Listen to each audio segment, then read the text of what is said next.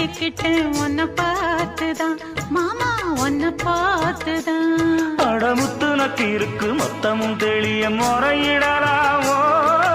சுத்தர கண்மல சிக்கன என்ன சிறையிடலாமோ? எத்தனை நாள் இப்படி நான் எங்கிறது? பொட்டு வச்சு பூ முடிக்கும் நாள் இருக்கு. புது வளையல அரைச்சு தொண்டையில தான் நினைச்சு மாமன் கிட்ட பேச போற மணிக்கணக்கா.